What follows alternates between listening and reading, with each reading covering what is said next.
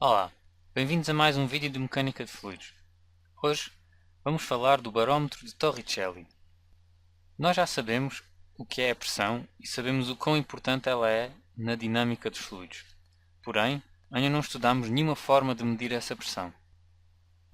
Pela equação hidrostática, sabemos que a diferença de pressão entre dois pontos de um líquido estático depende apenas da altura da coluna de líquido que os separa. Evangelista Torricelli concebeu em 1643 uma forma de medir a pressão atmosférica baseando-se neste mesmo princípio, o barómetro de Torricelli. Este barómetro consiste num pequeno tubo cheio de mercúrio que é colocado no interior de um reservatório também de mercúrio. Devido à pressão atmosférica que se faz sentir na superfície de mercúrio do reservatório, forma-se uma coluna de mercúrio no interior do tubo, com uma altura que vamos chamar H. A pressão-vapor de mercúrio é cerca de 1000 vezes inferior à pressão atmosférica à temperatura ambiente. Portanto, é desprezável e a pressão no topo do tubo é praticamente zero. Vamos ver como é que a pressão atmosférica está relacionada com a altura da coluna de mercúrio. Consideremos dois pontos. O ponto A, que se encontra na superfície de mercúrio do reservatório, e um ponto B, que está ao mesmo nível que o ponto A, mas no interior do tubo. A pressão no ponto A é simplesmente a pressão atmosférica. A pressão no ponto B é dada, como já vimos, pela altura da coluna de mercúrio. Como os dois pontos estão ao mesmo nível, a pressão nos dois pontos deve ser igual.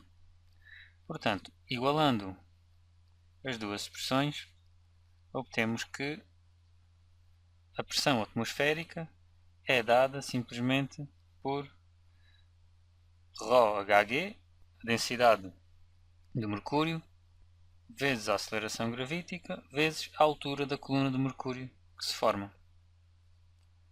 Ou seja, medindo simplesmente a altura da coluna de mercúrio, conseguimos medir a pressão atmosférica. Ao nível do mar, forma-se uma coluna de 761 milímetros de altura.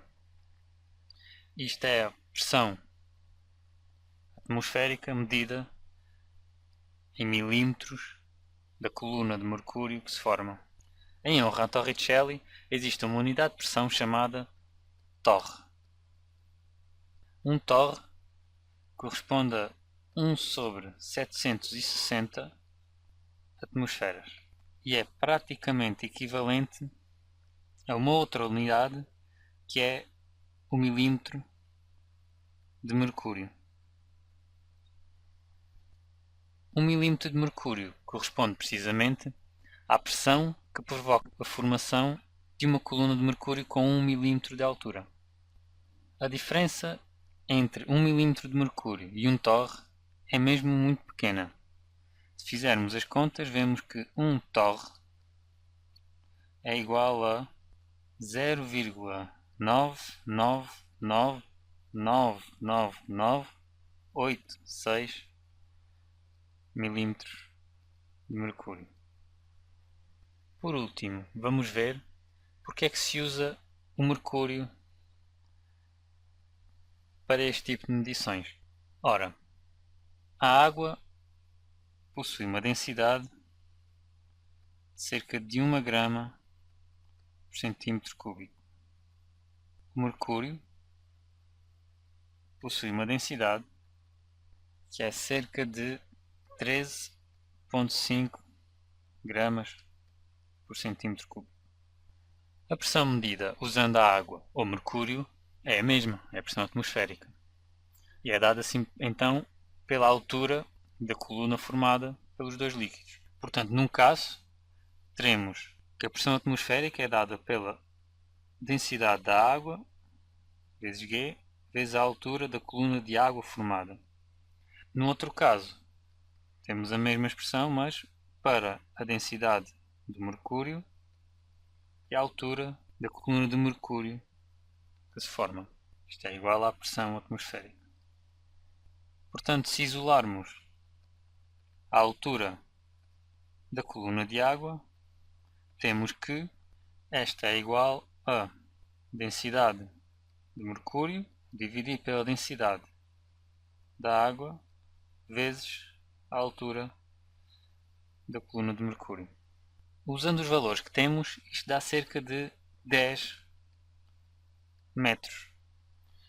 Ou seja, para usar um barómetro em que se use água, teríamos que medir alturas de 10 metros das colunas que se formariam. Da minha parte é tudo, espero que tenham gostado e vemos no próximo vídeo.